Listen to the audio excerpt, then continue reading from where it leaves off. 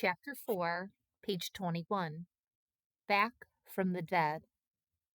Jack pulled Annie down. The white figure moved swiftly past them, then disappeared into the shadows. A mummy, said Annie. Back from the dead. Forget it, stammered Jack. That's impossible. He picked up the Egypt book. What's this? Said Annie. She lifted something from the floor. Look, the mummy dropped this thing. It was a gold stick about a foot long.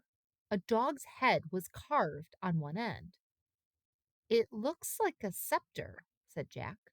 What's that? Asked Annie. It's a thing kings and queens carry, said Jack. It means they have power over the people. Come back, Mummy, Annie called. We found your scepter. Come back. We want to help you.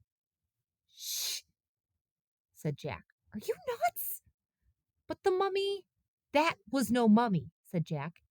It was a person, a real person.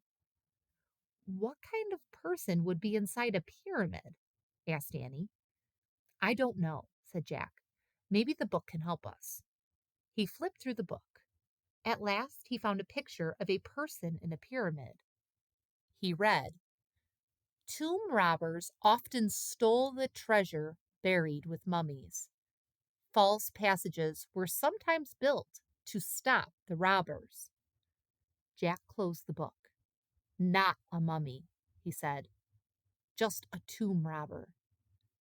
Yikes, a tomb robber? Said Annie. Yeah, a robber who steals stuff from tombs, said Jack. What if the robber comes back? Said Annie. We'd better leave. Right, said Jack. But first, I want to write something down. He put the Egypt book into his pack. He pulled out his notebook and pencil.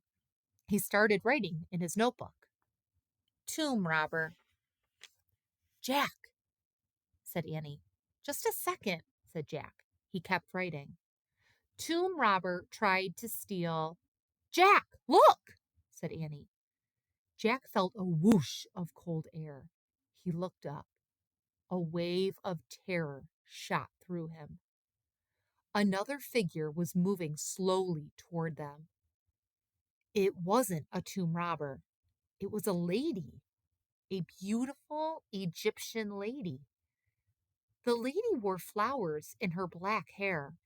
Her long white dress had many tiny pleats. Her gold jewelry glittered. Here, Jack, Annie whispered. Give her this. She handed him the gold scepter. The Egyptian lady stopped in front of them. Jack held out the scepter. His hand was trembling. He gasped. The scepter passed right through the lady's hand. She was made of air.